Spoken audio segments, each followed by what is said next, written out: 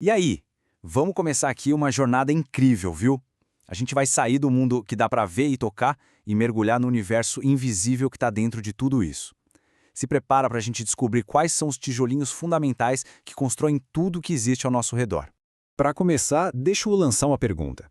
Pensa aí, na estrela mais longe que der para imaginar. O que a gente, aqui na Terra, pode ter em comum com ela? Parece que não tem conexão nenhuma, né? Mas olha, a resposta é bem mais simples e profunda do que parece. E a resposta é essa aí. Tudo, absolutamente tudo no universo é feito dos mesmíssimos ingredientes básicos. É essa ideia que a gente vai explorar agora, começando do grandão e indo até o minúsculo. Ok, então bora mergulhar de cabeça nisso. O nosso ponto de partida é um conceito que todo mundo conhece, a matéria, que é basicamente tudo que está por aí. A definição é super direta. Se tem massa e ocupa um lugar no espaço, pronto, é matéria. A cadeira, o ar que a gente respira, os planetas, tudo isso é matéria. Mas a grande questão é, do que a matéria é feita?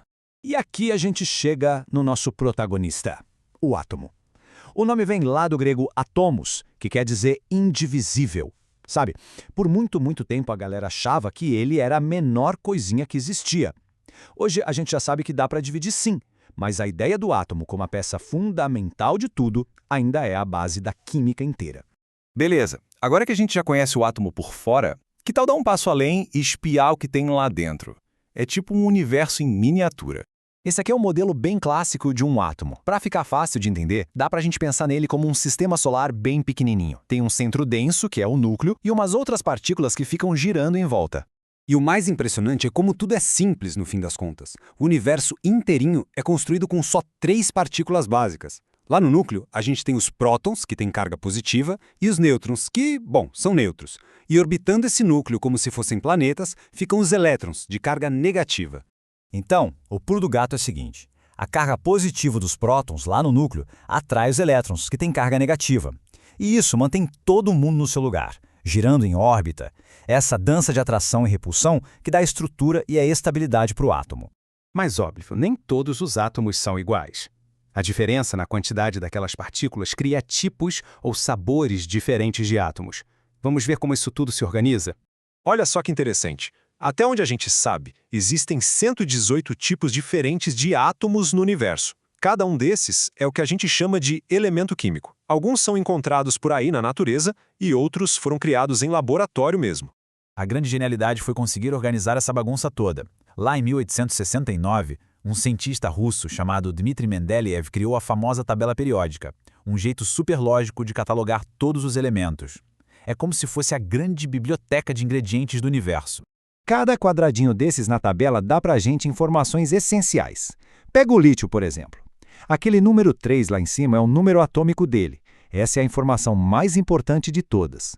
Embaixo a gente vê o símbolo, Li, o nome completo e a massa atômica. E aqui está a regra de ouro. O que faz o hidrogênio ser hidrogênio e o ouro ser ouro é uma única coisa: o número de prótons que ele tem no núcleo. O número atômico é tipo o RG do elemento. Tem um próton, é hidrogênio. Tem 79, é ouro. Simples assim. É que os átomos raramente ficam sozinhos por aí, sabe? Eles meio que gostam de interagir, de se conectar. Agora, a gente vai descobrir como e por que eles formam essas equipes. Lembra dos elétrons girando em volta do núcleo? Então, eles não ficam voando de qualquer jeito. Eles se organizam em camadas. E os elétrons que ficam na camada mais de fora, que a gente chama de elétrons de valência, são os mais importantes de todos para as conexões químicas. São eles que vão, literalmente, dar as mãos. E por que eles se conectam? A motivação toda é a estabilidade. Um átomo fica mais feliz, ou melhor, mais estável, quando a sua última camada, a de valência, está cheia. E para conseguir isso, eles precisam interagir com outros átomos, seja doando, recebendo ou compartilhando elétrons.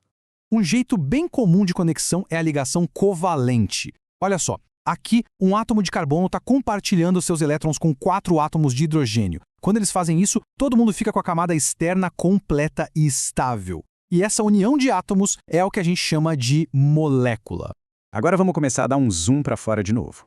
A gente viu como os átomos se juntam para formar moléculas. Agora, vamos entender como o comportamento dessas moléculas cria o mundo físico que a gente conhece. O jeito como as moléculas se organizam e se mexem é o que define se uma coisa é sólida, líquida ou gasosa. Olha só a diferença.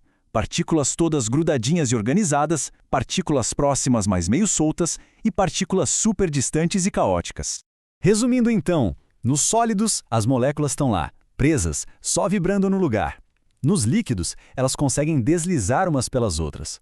E nos gases, elas voam livres para todo lado. A energia que cada molécula tem define o estado da matéria toda. E assim, a gente fecha o ciclo. Da matéria aos átomos, dos átomos para as moléculas e das moléculas para a realidade que a gente vive. Para pensar nisso um segundo. Tudo o que já foi criado, desde a pedra mais simples até a forma de vida mais complexa, é só um jeito diferente de reorganizar esses 118 tijolinhos básicos. A pergunta que fica é, sabendo disso tudo, o que será que a humanidade vai construir agora?